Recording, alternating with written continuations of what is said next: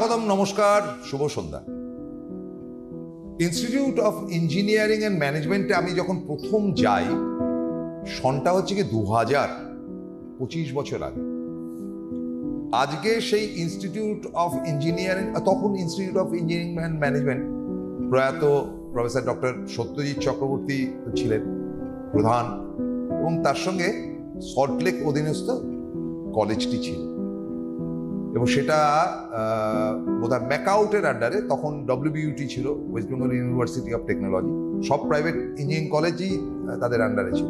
কিন্তু আজ আমার ভাবতে ভাল লাগছে, 25 বছর বাদে, আমারও 25 বছর বেড়ে গেছে, সেখানে বিশাল ব্যাপ্তি, তাদের বিরাট জায়গা। তাদের যেমন সল্টলেকে 2-3টি ইনস্টিটিউট রয়েছে, তাদের স্কুল রয়েছে, IIM স্কুল রয়েছে, ইউনিভার্সিটি রয়েছে 2টো, UEM university of engineering management জয়পুরে যেমন রয়েছে, কলকাতার নিউ টাউনে রয়েছে। ফলে এই যে ছড়িয়ে গেছে আজকে চারিদিকে, তো সেই জায়গাটা কিন্তু আনন্দের, এবং এই ব্যাপ্তি হোক, যত হবে তত একটা বাঙালি প্রতিষ্ঠান যাদের বিশ্বজুড়ে নাম, সারা বিশ্বে যাদের ছোঁয়া পাওয়া যায়। আমার সঙ্গে যে ভদ্রলোক বসে আছেন, তিনি বিশ্বের বিভিন্ন ইউনিভার্সিটিতে যান। হ্যাঁ, তিনি গুণী মানুষ, তিনি পোস্ট ডক্টরেট করা মানুষ, মানে ডক্টরেট লোকে করে না, তো পোস্ট ডক্টরেট করা মানুষ।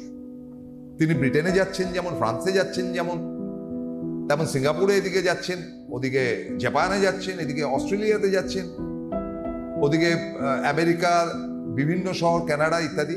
ফলে তার এক্সপিরিয়েন্সটা বিরাট।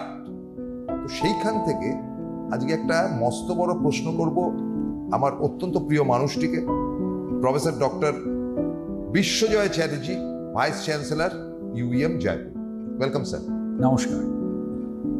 আমার একটা কথা মনে হয়, যেটা আমি আপনাকে দেখে যেটা আমার মনে হয়েছে, খুব সাদামাটা জীবন এলেন, ও ঠিক আছে, একটু বসতে হলো, একটু কাগজে কিছু লিখলেন, বা মোবাইলে হয়তো জয়পুরের সঙ্গে কথা বললেন, ঠিকঠাক করে দিলেন, ভেরি ক্যাজুয়াল। কিন্তু একটা ব্যাপার তো ঠিক, অল আর নট ক্যাজুয়াল, তাদের ব্যাপারটা ডিফার অনেক ক্ষেত্রে। আজকে এত কোর্স, এত পড়াশুনো, সেটার পেছনে কারণটা কি? আপনি ডিগ্রির পর ডিগ্রি গ্রহণ করেছেন, অর্থনীতি থাকতে পারে, কিন্তু আপনার টার্গেটটা হচ্ছে কি পড়াশোনা, বারবার পড়াশোনা। সবাই তা নয়, আমি তা হতেও বলছি না, আপনার মতন হতেও বলছি না। আমি বলছি যে অর্থনীতির জায়গা থেকে তারা রোজগার করুক, বিপুল রোজগার করুক। কিন্তু আমার প্রশ্নটা হচ্ছে, অর্থ রোজগারটাই কি শেষ কথা? না, এটা খুব কঠিন প্রশ্ন করলেন। মানে অনেক সময় আপনার এপিসোডে আসি, আপনার সাথে তো এত ডিসকাশন করি না। দেখুন, আমি পড়াশোনা যখন করেছি তখন সত্যি কথাই যে মানে টাকা রোজগারের কথা ভেবে করিনি। তবে হ্যাঁ, টাকা রোজগারের প্রয়োজন আছে, প্রয়োজনীয়তা ভীষণ আছে, সেই প্রসঙ্গে আসছি। আমি যখন পড়াশোনা করেছি তখন এটা ভেবে করেছি যে education is the effect, it is not the cause. পড়বো কেন, এটা কেন পড়বো, এটা পড়লে আমার কি হবে, আমি এই কোয়েশ্চেনগুলো নিজে অ্যাভয়েড করেছি এবং আমার স্টুডেন্টদেরও অ্যাভয়েড করতে বলি। আমি বলি যে না, পড়াশোনাটা কজ নয়, তুমি কেন পড়বে এটা ভেবোই না। যদি কোনো সুযোগ পাও কিছু একটা জিনিস শেখার, শিখে ফেলো, রিজনটা নিজে নিজে চলে আসবে, ভবিষ্যতে বুঝে যাবে যে এটা তুমি কেন শিখেছিলে। আজকে ধরুন, আমি যখন ছোটবেলায় ভিটামিন, মিনারেল, নিউট্রিয়েন্টস এগুলো পড়েছি, তখন কেন পড়েছি জেনে পড়িনি, কিন্তু আজকে যদি জানি এবং সেটা যদি আমার মনে থাকে, তাহলে আমার শরীরের বিভিন্ন প্রবলেমসগুলোকে আমি নিজে বুঝে সেই অনুযায়ী কিন্তু খাওয়া, সেই অনুযায়ী করা, এগুলোকে আমি কিন্তু চালনা করতে পারবো। সেই কেন শিখছি সেটা ভেবে ভেবে শেখাটা উচিত না। আমি নিজে বলি বা নিজের সময় মানি এবং স্টুডেন্টদেরও বলি, যদি কোনো সুযোগ পাওয়া যায় শিখে ফেলো। সাপোজ ফর এক্সাম্পল, তুমি হঠাৎ দেখছো যে আজকে একটা নতুন কোনো একটা সফটওয়্যার শেখানো হবে, তোমার কলেজে কেউ একটা এসছে এটা শেখাতে। তুমি বলে, এই সফটওয়্যারটা কি সত্যি সাকসেসফুল হবে, এই সফটওয়্যারটা কি মার্কেট নেবে? এই মুহূর্তে তো জাভা আমি সব জানি, আমি হঠাৎ ওই সফটওয়্যারটা শিখবো কেন? ঠিক, আমি বলি দেখো, ওই সফটওয়্যারটা নিতেই পারে, নিলে তোমার তো ভীষণ লাভ হবে, এ বিষয়ে কোনো সন্দেহ নেই। কিন্তু সেই সফটওয়্যারটা যদি সত্যি সাকসেসফুল নাও হয়, তাহলে সেই সফটওয়্যারটা তোমাকে এমন কিছু একটা শেখাবে যে how you can make a software better to the current software, বা যে সফটওয়্যারটা তুমি শিখলে। যে ওটা কেন ফেল করলো সেই অ্যানালিসিসটা তুমি করতে পারবে। দেখো আমি সবসময় বলি যে শিখবে, যে জিতলো তার সাথে তুমি কথা বলো, যে উইনার কোনো একটা কম্পিটিশনে উইনার তার সাথে কথা বলো, তার সাথে জিজ্ঞেস করো, তার থেকে শেখো। কিন্তু তুমি বেশি শিখবে যে হেরে গেছে তার থেকে। আচ্ছা, কারণ যে হেরেছে সে কোথায় কোথায় হেরেছে সেই অ্যানালিসিসটাও তোমায় করার সুযোগ দেবে, যাতে তুমি সেই ভুলটা না করো এবং তুমি জিততে পারো। ফলে don't only talk to winners, talk also to people who have lost. আমি এই কথাটা সবসময় মানে আমি চেষ্টা করি এটা মেনে চলতে। ফলে শেখার মানে আপনি যেটা বললেন যে পয়সা রোজগারই শেষ কথা কিনা, পয়সা রোজগারটা দেখে আমার যেটা মনে হয়েছে ভীষণ প্রয়োজন। পয়সার ক্রাইসিসটা নেই। আমি সেইভাবে ভেবে পড়াশোনা করিনি, বা আপনি যেটা বললেন যে পিএইচডি করা বা পোস্টডক করা, এগুলো আমি ওইটা ভেবে করিনি যে আমার মানে পড়াশোনা আমি তাহলে আরো রোজগার করতে পারবো। আমি শেখার জন্যই করেছি। হ্যাঁ, রোজগারটা নিজে নিজে এসছে, যেহেতু আমি জানি হয়তো এসছে। এবারে আসি যে আপনার ওই প্রশ্নটা যে রোজগারটাই শেষ কথা কিনা, রোজগারটা ভীষণ শেষ কথা না, তবে ভীষণ জরুরি কথা। আমি স্টুডেন্টদের সবসময় বলি যে তুমি চেষ্টা করো এমন চাকরি পেতে যে চাকরিতে তুমি ভালো স্যালারি পাবে, তুমি আরো ভালো স্যালারির জন্য টার্গেট করো। তুমি একটা ব্যালেন্স করো যে তুমি যে কাজটা করতে চাও, যে কাজটা করতে গিয়ে তুমি এমন কিছু শিখতে পারবে যাতে ভবিষ্যতে তোমার রোজগারের পথ আরো অনেক বেড়ে যায় সেটা, আর এখন রোজগারটা অনেক বেশি, এই দুটোর মধ্যে তোমাকে ব্যালেন্স করে চলতে হবে। তুমি যদি ভালো রোজগার না করো তাহলে তুমি যা করতে চাও সেটা তুমি করতে পারছো না। ধরো ফর এক্সাম্পল তোমার বাবা মা তোমার এত টেক কেয়ার করেছে, এত কিছু করেছে তোমার জন্য, তুমি চাও তোমার বাবা মাকে একটা খুব ভালো জীবন দেবে। তা সেই জীবনটা যদি তোমাকে দিতে হয়, খুব ভালো জীবন দিতে হয়, তাহলে তোমাকে রোজগার করতে হবে যাতে তুমি তোমার বাবা মাকে ভালো জীবনটা দিতে পারো। সাপোজ তোমার মার হয়তো একটা খুব শখ, মনের কোনায় কোথাও একটা শখ ছিল যে তার একটা নিজের বড় বাড়ি হবে, হয়তো সেটা হয়নি। এবার তুমি যদি ভালো রোজগার করে সেটা তোমার মাকে দিতে পারো, তাহলে তার চেয়ে খুশির জিনিস আর কি হতে পারে? একদমই। এবার সেটা দিতে গেলে তো ভালো রোজগার করা প্রয়োজন। কাজে পয়সা মানে বড় কথা নয়, এটা আমি কিভাবে বলবো, পয়সা তো ভীষণ ইম্পর্টেন্ট কথা। আজকে তুমি মনে করো তুমি শীতকালে রাত্রেবেলা বেরিয়েছো, খুব ভালো করে প্রোটেকশন নিয়ে একটু হাঁটতে বেরিয়েছো, বেরিয়ে দেখলে যে এক কোনায় বসে কিছু বাচ্চা আর কিছু বয়স্ক লোক কষ্ট পাচ্ছে, তাদের বাড়ি নেই, তারা শুতে চায়, কিন্তু তোমার মনে হলো যে তুমি তাদের জন্য একটা মানে চাদর, অন্তত বড় কম্বল কিনে দেবে, বড় চাদর কিনে দেবে, বা তুমি ধরো অনেক লোককে এটা দান করবে আজকে। তোমার যদি সেটা অ্যাফোর্ড না করতে পারো, তোমার যদি পয়সা না থেকে থাকে, তাহলে তুমি কিভাবে দান করবে?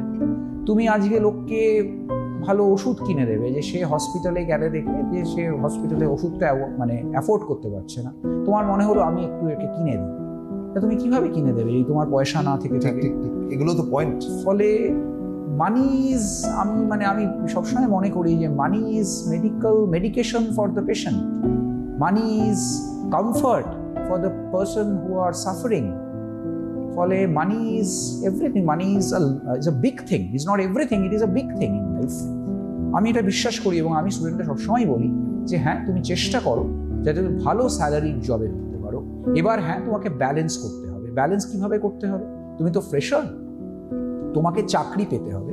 এবার তুমি দেখলে তুমি এমন একটা চাকরি পেলে যে চাকরিতে তোমার শেখার এত অপরচুনিটি, যেখানে স্যালারিটা একটু কম, এই মুহূর্তে তুমি এত ভালো শিখতে পারো যে আজ থেকে 5 বছর বাদে ওই টেকনোলজিতে you will be a master and you can be leading a company and you can have your own company in that technology.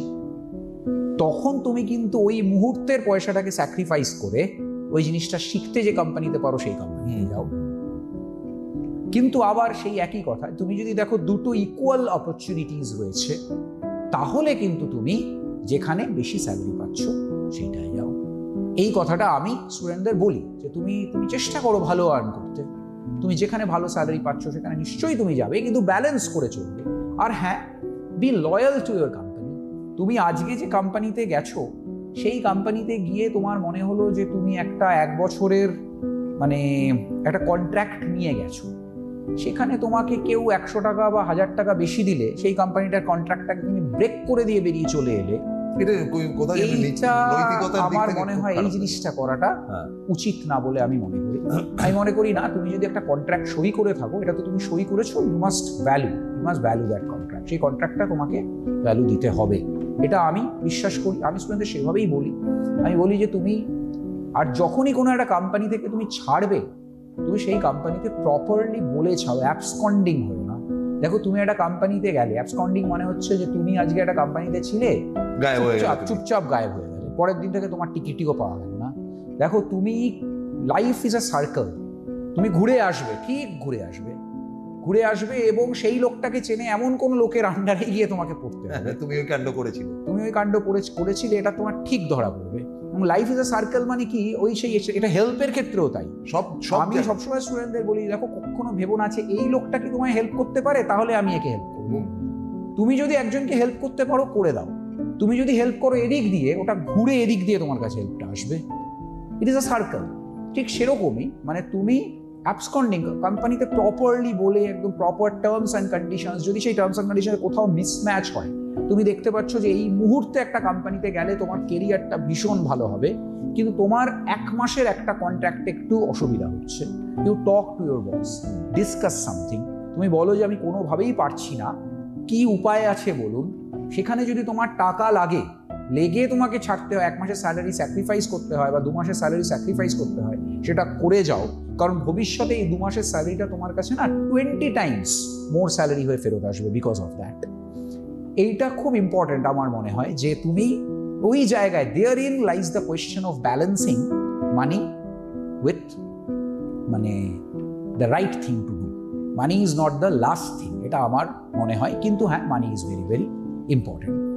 যাই হোক, আমার মনে হয় আমার যেসব স্টুডেন্টরা আইএম বা ইউএম গ্রুপে পড়াশোনা করে, আমি বিশ্বাস করি যে এই ভ্যালুটা আমরা সবাই একজন স্টুডেন্টকে দিতে পারি, এটা আমি সত্যি বিশ্বাস করি। এবং দেখুন, আমরা সব সময় বলি যে you become a good professional, but before being a good professional be a good human being. তুমি যদি ভালো মানুষ হও, তোমার অ্যাকসেপ্টেবিলিটি অনেক বেশি। আজকে আমি আপনাকে প্রশ্ন করছি, ধরুন আপনার একটা কোম্পানি আছে, আপনি নিজেকে সেই জায়গায় রেখে বিচার করুন, আপনি প্লিজ নিজেকে সেই জায়গায় রেখে বিচার করুন। আপনার কোম্পানিতে একটা লোক দরকার, এবার আপনার কাছে 2টো সিভি এলো। একটা সিভিতে আপনি দেখছেন যে সে টেকনিক্যালি খুব ব্রাইট, এবার তার ইন্টারভিউ নিয়ে দেখলেন এই লোকটা না একদম ভালো লোক না, মুখে মুখে কথা বলে, মানে বাজে বিহেভিয়ার করে, অন্যকে সম্মান দেয় না, ওরা তো কিছু জানে না, আমি জানি সেই জন্য আমি এসেছি, এই টাইপের কথা বলে। আপনি কি তাকে নেবেন আপনার কোম্পানিতে, নাকি আপনি সেই লোকটাকে নেবেন যে হয়তো টেকনিক্যালি অতটা সাউন্ড নয়, but a very good human being and he has got the মানে ইগারনেস টু লার্ন, শেখার ইচ্ছাটা তার রয়েছে। আপনি কাকে নেবেন?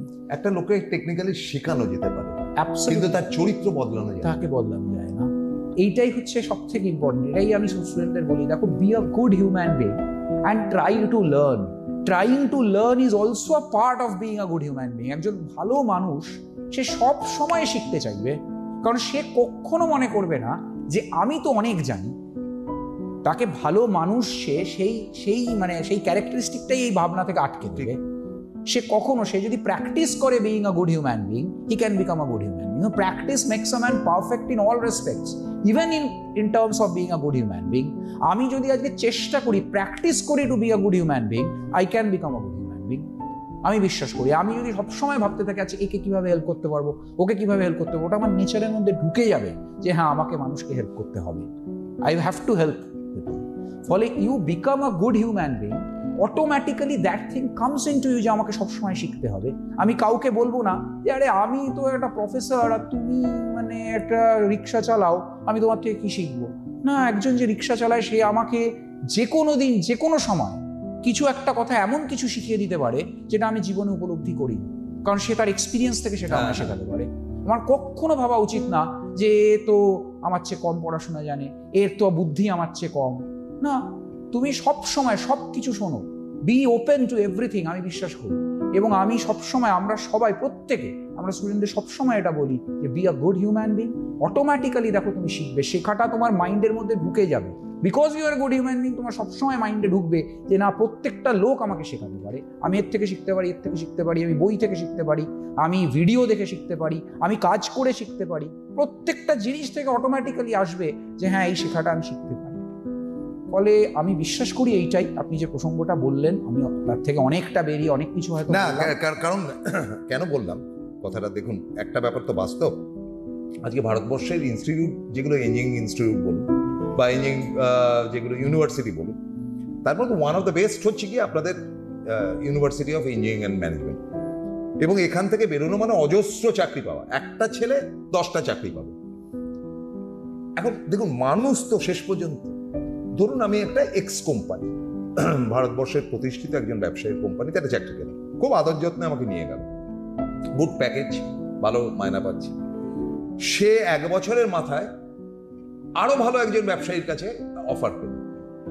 এই যে স্টেপ বাই স্টেপ যাওয়া, যাবে না কেন, নিশ্চয়ই যাবে, সে তার বেস্ট এফোর্টটা দেবে, নিশ্চয়ই যাবে, কিন্তু সঠিক উপায়ে। কিন্তু এটাও তো বাস্তব যে অমিতাভ বচ্চনের থেকে অনেক কম রোজগার করেছে Naseeruddin Shah, but Naseeruddin Shah is far more better actor than Amitabh Bachchan always.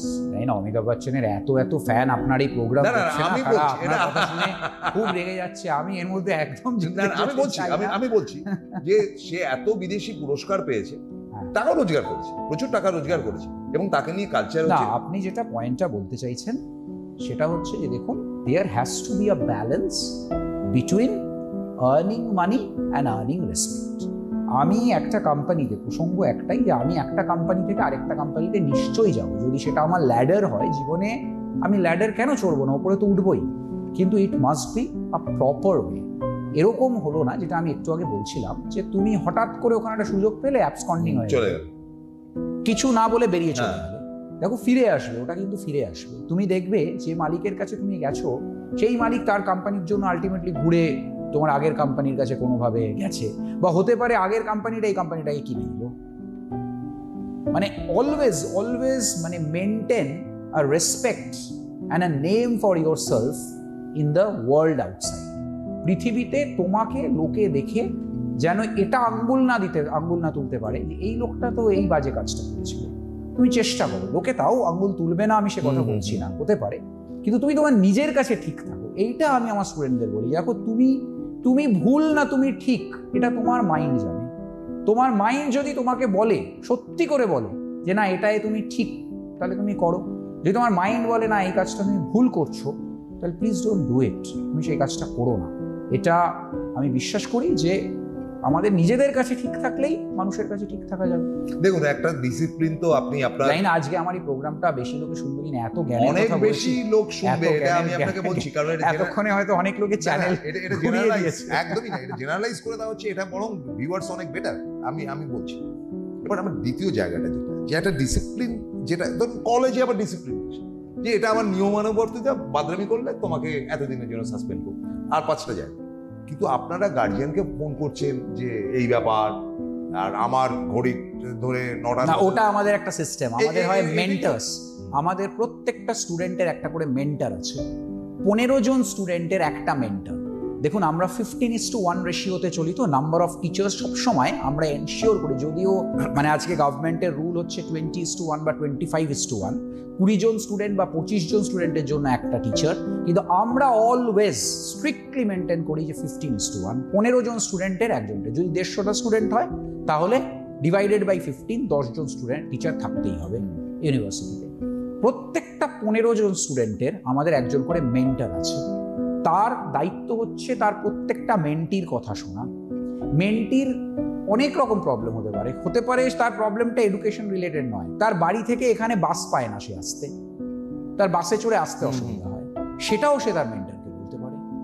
বা তার কোনো একটা শরীরে অসুবিধা হচ্ছে যেটা তার বাবা মাকে সে বলতে পারছে না, ভয়ে যে বাবা মা ভীষণ টেনশনে পড়ে যাবে, he can discuss that with his or her mentor. Mentor তাকে গাইড করবে, তাকে অনলি অ্যাকাডেমিক্স না, সব দিক দিয়ে তাকে গাইড করবে। এটা আমাদের সিস্টেমের মধ্যে আছে। এবং মেন্টার যেটা করে, প্রত্যেক মাসে একবার করে মেন্টার তার প্রত্যেক মেন্টির গার্জিয়ানের সাথে কথা বলে, প্রোভাইডেড, মানে সেটা আপনারা অ্যালাউ করেন? ফোর্স করি, আমরা বলি মেন্টারদের রিকোয়েস্ট করি, ফোর্স করি কথাটা বলা ভুল, এখন টিচারদের না ঠিক ফোর্স করা যায় না, বা ফোর্স করাটা উচিত নয় না, কিন্তু তাদেরকে বলেন যে এটা আপনার সম্মানের ব্যাপার আছে, হ্যাঁ, তাকে রিকোয়েস্ট করলেই টিচার ঠিক আছে। এবং টিচাররা তো তার মানে তার ওইটা জানে, সে তো জানে যে তার রেসপন্সিবিলিটিটা কি, সে জানে যে আমার মেন্টিরা আমার দায়িত্ব, ফলে তাকে আমি যদি রিকোয়েস্ট করি তারা শুনবে। এবার সেই টিচার কি করে, টিচার তার মেন্টিদের মাসে একবার করে ফোন করে, সব মেন্টিকে করে না, যে মেন্টি ভালো তার অ্যাটেন্ডেন্স সব ঠিক তার সাথে কথা বলে কোনো প্রবলেমস হয়নি, সে ভালো করে ক্লাস করছে, এক্সট্রা কারিকুলার অ্যাক্টিভিটিসে প্রপারই করছে, এক্সট্রা যা যা শেখা উচিত শিখছে, তাকে ফোন করবে না। কোনো কারণে সে কলেজ আসছে না, অ্যাটেন্ডেন্স কম, বা ক্লাসে বুঝতে পারছে না, বুঝতে কিছু একটা অসুবিধা হচ্ছে, তখন বাবা মার সাথে ডিসকাস করে। বা তার একটা কোনো ব্যক্তিগত প্রবলেম হচ্ছে, যে প্রবলেমটা সে নিজে তার বাবা মাকে বলতে পারছে না, তখন সে বাবা মার সাথে কথা বলে, বাবা মাকে দরকার হলে ডেকে এনে তার সাথে কথা বলে তার সাথে ইন্টারাক্ট করে। This is mandatory thing within hour system. এবং এই জিনিসটা আপনি বুঝতে পারবেন, মানে আপনার পরিচিত তো অনেকেই হয়তো আপনার কলেজ থেকে পরে IMUM এ আছে, তাদের একবার জিজ্ঞেস করবেন যে বাড়িতে মেন্টর ফোন করেছিল। হ্যাঁ, আপনি ডেফিনেটলি পাবেন যে অন্তত একবার, মানে 4 বছরে পড়েছে, মাস তো তার মধ্যে কম নয়, অনেক মাস, 48টা মাস হয়েছে, 48 বারের মধ্যে একবার না একবার হয়তো তার ফোন গিয়েই থাকবে তার মানে বাবা মার সাথে। আর ফোন যাওয়াটাকে একটু মানে একটু খারাপ চোখে দেখাটাও উচিত না। আমার কোনো দরকারেও আমি ফোন করতে পারি, বা আমাকে হতে পারে যে তার যে প্রয়োজনটা তার দুষ্টুমির রিপোর্ট করতে ফোন করছি, সে হয়তো মানে খুব বেশি ডিভিয়েটেড হয়ে যাচ্ছে, এটা শিখবো ওটা শিখবো সেটা শিখবো ওটা শিখবো করতে গিয়ে আলটিমেটলি দেখা যাচ্ছে যে এটা জয়া খিচুড়ি পেকে যাচ্ছে। সেই ব্যাপারটাও আমার সাথে ডিসকাস করা দরকার। একটু আপনি সেইভাবে কাউন্সেলিং করুন, আমরাও করছি, আপনারাও করুন, এটা জানালাম, এটা আমাদের মানে অ্যানালিসিস, এইসব জিনিসপত্র আমরা করে থাকি, ভীষণভাবে করে থাকি IMUM গ্রুপে।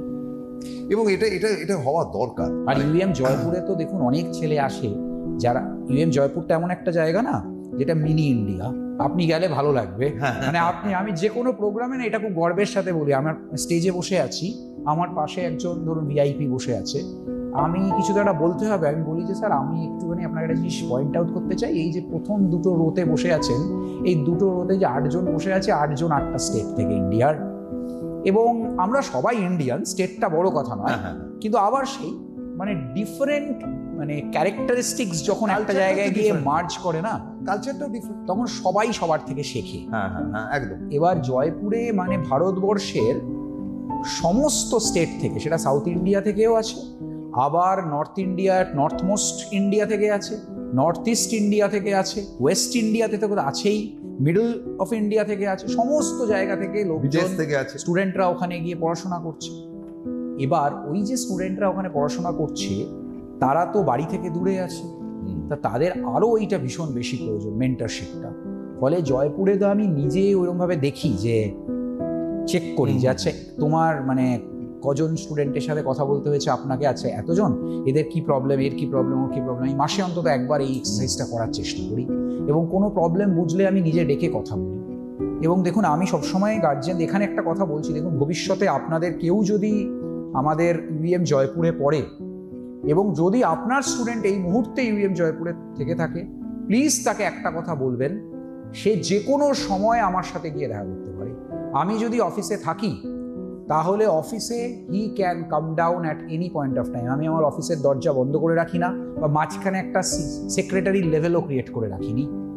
I don't need a secretary to interact with my students. আমার স্টুডেন্টসরা যে কোনো সময় এসে আমার সাথে দেখা করতে পারে। আমি যদি বিজি থাকি, হতে পারে যে আমি বোর্ড মিটিংয়ে আছি, আমি বোর্ড মিটিং করছি, আমার সামনে এতগুলো VIPs বসে আছে, তখন আমি তাদের থেকে একটা পারমিশন চাইবো যে স্যার আমার সাথে একজন স্টুডেন্ট দেখা করতে এসছে, আমাকে 1 মিনিট টাইম দিন। আমি বাইরে যাব, গিয়ে স্টুডেন্টকে বলবো যে দেখো তুমি যে এটা এসছো, আমার একটা বোর্ড মিটিং চলছে, এটা কি এক্ষুনি বলা দরকার, না you can wait for 1 hour. ও যদি বলে যে, বেশিরভাগ ক্ষেত্রেই বলবে না না স্যার আমি 1 ঘন্টা পরে আসছি, তাই তো বলে, তাহলে তুমি প্লিজ 1 ঘন্টা পরে এসো, আমি বোর্ড মিটিংটা সেরে তোমার সাথে কথা বলছি। আর সে যদি বলে যে না স্যার আমার এরকম একটা মানে বিরাট প্রবলেম হয়ে গেছে, তখন আমি কিন্তু সঙ্গে সঙ্গে কাউকে অ্যাসাইন করবো যে এই প্রবলেমটা আমি মিটিং করছি, এই প্রবলেমটাও সলভ করে আমাকে মিটিংয়ের মধ্যে এসে রিপোর্ট দাও, আমার কানে এসে রিপোর্ট দাও যে এই প্রবলেমটা সলভ হয়েছে বা হয়নি। আমি এই জায়গাতে বিশ্বাস করি এবং আমি এটা মেনে চলি। আমি আবার আপনাদের সবাইকে বলছি, যারা এখানে গার্জিয়ান বসে আছেন, কোনো সময় যদি আপনার মনে হয় যে আপনার স্টুডেন্টের আমার সাথে দেখা করা দরকার, আপনার স্টুডেন্ট আমার ইউনিভার্সিটি জয়পুরে পড়ে, দেখা করা দরকার, please tell him or her. আমি বারবার বলি, আমি অ্যাসেম্বলি হয় সকালবেলা, আমাদের মানে প্রেয়ার দিয়ে শুরু হয়, ন্যাশনাল অ্যান্থেম হয় তারপর, এবং আমরা স্টুডেন্টদের সাথে ইন্টারাক্ট করি সেখানে। আমি বারবার সেখানে স্টুডেন্টদের বলি, কিন্তু আপনাদেরও বলছি, প্লিজ যদি আপনাদের কখনো মনে হয় যে আপনার স্টুডেন্টের দেখা করা দরকার আমার সাথে, please do not hesitate, tell your word that he or she can come and meet me at any point of time. Professor Chatterjee যেটা বলছেন আমি জানিও ব্যক্তিগতভাবে, একদম গোড়াতেই যেটা বললাম যে 25 বছরের সম্পর্ক, তো ওনাদের সমস্ত কিছু হয়, কিন্তু ডিসিপ্লিনটা মেন ব্যাপার। তার মানে এই নয় যে উৎকটভাবে তার উপর একটা ডিক্টেটরশিপ চাপিয়ে দেওয়া, তা নয়। এই ছেলে পুরোটা খেলাধুলা করছে এবং আপনারা শুনলে অবাক হয়ে যাবেন যে রাত দিন বলে কোনো ব্যাপার নেই এদের লাইব্রেরি বা ল্যাবরেটরির ব্যাপারে। স্যার ওটা একটুখানি বলে দিন যে রাত্রি গিয়ে। না, সে তো বটে, রাত্রি আমাদের হোস্টেলটা তো হোস্টেল কালচার না, ফলে আমি যখন রাত্রিবেলা ক্যাম্পাসে থাকি অনেক সময় আমি রাত্রি 2টোর সময় অনেক সময় আলো জ্বালিয়ে দেখতে পাই যে ল্যাবরেটরিতে আলো জ্বলছে বা ওয়ার্কশপে আলো জ্বলছে। আমি আরও অনেক সময় হয়েছে যে আমি গিয়ে দেখেছি যে আচ্ছা ওয়ার্কশপে কী করছো, না স্যার আমরা এটা বানাচ্ছি। কার আন্ডারে বানাচ্ছ? না ওই টিচারের আন্ডারে। ওই টিচার জানে, হ্যাঁ ওই টিচার এসে চাবি খুলে দিয়ে গেছে, উনি বলেছেন, বা ওই যে স্যার বসে আছেন, স্যার বসে আছে।